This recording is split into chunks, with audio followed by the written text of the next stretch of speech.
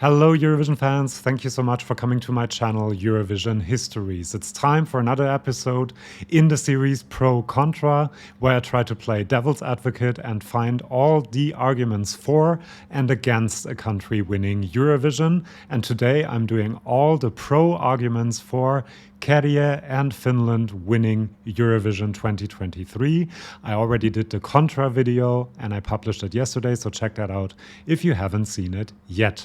Let's get right to it. Thank you, by the way, all of you who have commented in the community tab of my channel. I have used your answers to this question as well to find all the arguments for Finland winning.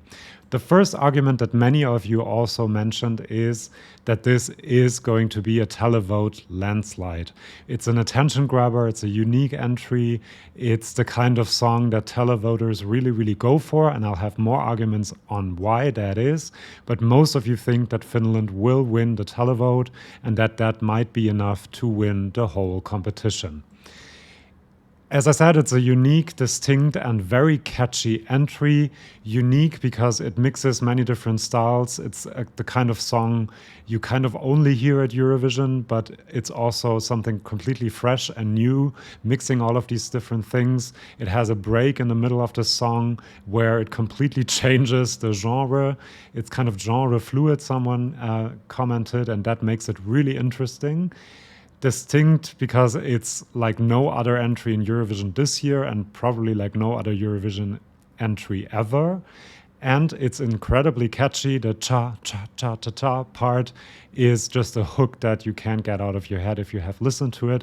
And it is in the Finnish language, which just makes it distinct and unique by itself. It has the potential to go viral during Eurovision week is another argument I think is quite valid, because it has a dance that you can do on TikTok, for example. It has this catchy hook.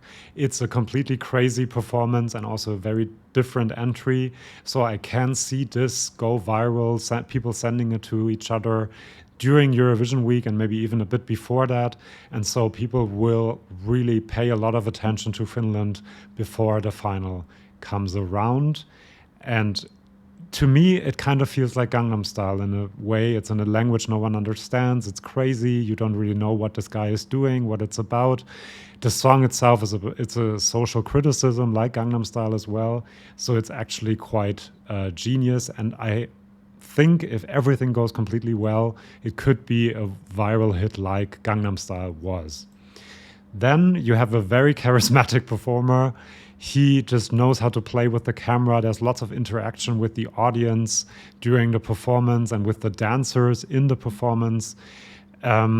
His mood completely changes. He's very intense at the beginning and then very happy and dancey and happy-go-lucky at the end of the performance and crazy and weird. And he just knows how to do both of these emotions really well and connect to the audience in both instances. So I think that will really help it be really successful in Eurovision. It is an attention grabber. This is not the kind of song that you go on a pee break or that you talk to your friends. You are going to watch what is happening on screen. Even non-fans that I've shown the performance to that hate it, they didn't turn away and look at the phone or anything like that. They were watching, and in the end they didn't like it, but it was their intention was on the entry. It's a balance between a joke entry and a good entry. What do I mean by that? Someone commented that as well, and I had thought of it as well. I think Conchita kind of profited of that as well, because there were lots of people that voted for the song and the vocal performance and her performance, but there were also lots of people that voted for it because it was a lady with a beard.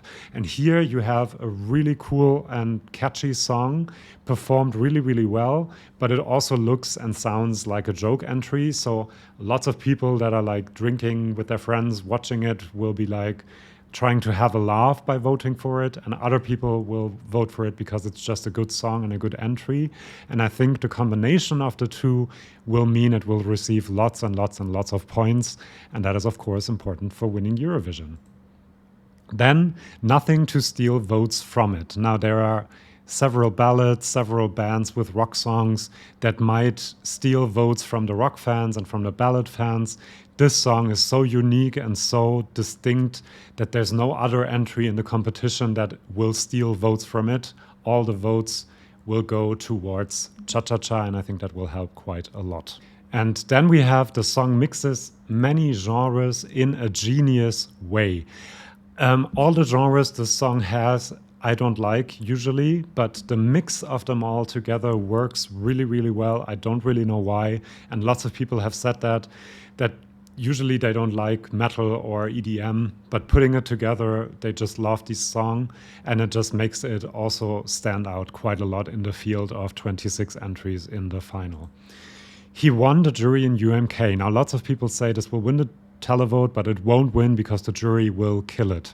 However, he won the jury vote in UMK against songs that seemed more jury-friendly, more pop. It was a very strong national final, and he still managed to win by quite a margin. So I think juries might still go for it. They voted for Netta. She came third in the jury vote. They also voted for Chanel, which isn't the same kind of weird and crazy performance, but it's still the kind of song that you might think is more televote friendly than jury friendly, and still it did really well, and the juries might go for it as they did in UMK.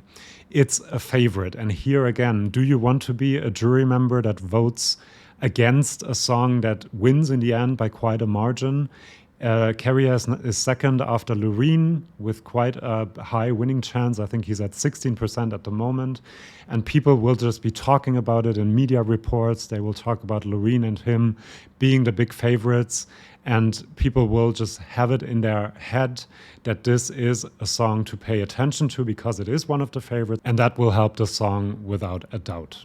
Also, the favorite and the favorites usually get better running order positions because the producers want people to stay on to watch the show and not switch channels. So the favorites usually come in the later running order slots in the first and in the second half.